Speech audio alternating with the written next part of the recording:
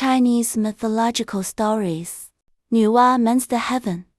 The Mount Buzhou, broken by Gongong, has giant rocks rolling down. Smoke and dust filled the air, and a dark, massive hole appeared in the sky, resembling an endless abyss.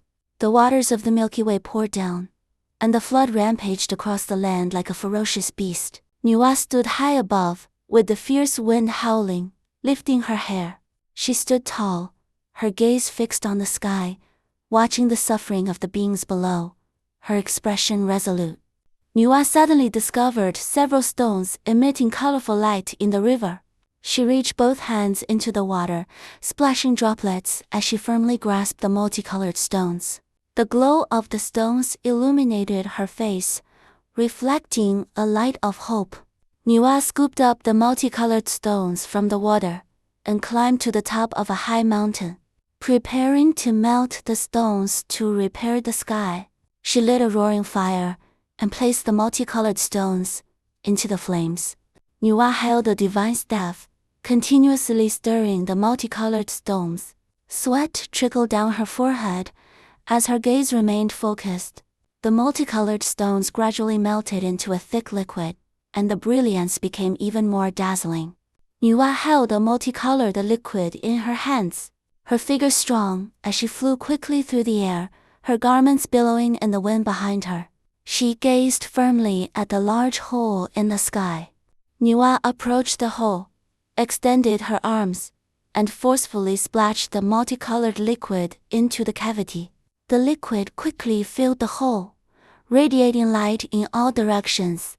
At last, the sky returned to its original state. Sunlight poured down again. The earth gradually calmed, the flood receded, and the people cheered with joy, kneeling in gratitude to 女娲. However, because the flood on the ground was still raging due to the hole in the sky, 女娲 had not yet properly received humanity's gratitude before rushing to the area most severely affected by the flood, intending to manage the disaster. 女娲 found a lot of reeds, burned them into ash, and used the ash to block much of the water. She also filled in many of the ditches on the ground, and finally, the flood was stopped.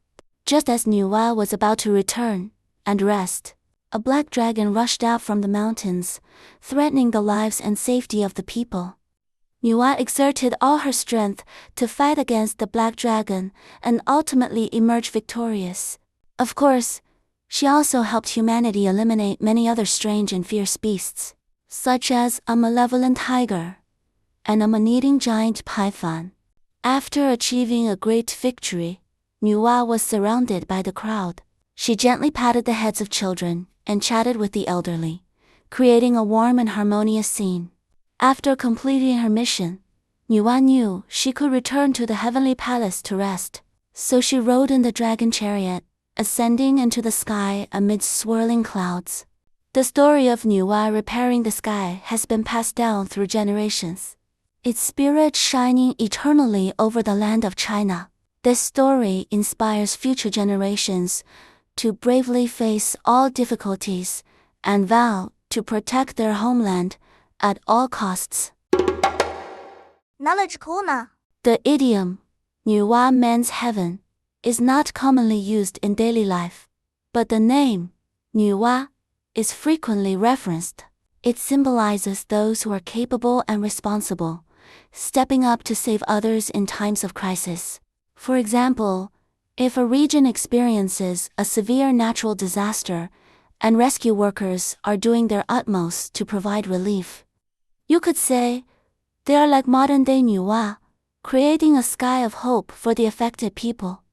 Alright, let's learn the pronunciation techniques for the term, 女娲 mends heaven. First, 女 sounds a bit like the English word, 女, but you should slightly pucker your lips and place the tip of your tongue against your lower gums, paying attention to pronounce it in the third tone, as if you're hesitating. 女. Next, 哇 is similar to the beginning sound of 哇 in English, but it's in the first tone. Open your mouth wide and let the air flow out smoothly. 哇. 4 补 Close your lips while pronouncing it, then suddenly release them. This is similar to the B sound in book, but you should pronounce it in the third tone, feeling the pitch drop and then rise, 补. Finally, 天 is somewhat like the English word tea, but 天 is in the first tone. The tip of your tongue should lightly touch your upper gums, with airflow coming from your nasal cavity. 天. Put it all together. With a bit of practice, you'll master the pronunciation of 女娲补天. If you like our video, please help us by giving it a thumbs up, subscribing to our channel, and sharing it. Or if you have any suggestions or comments on our video, you can leave a message in the comment section to let us know. Thank you for your attention and likes. See you in the next episode.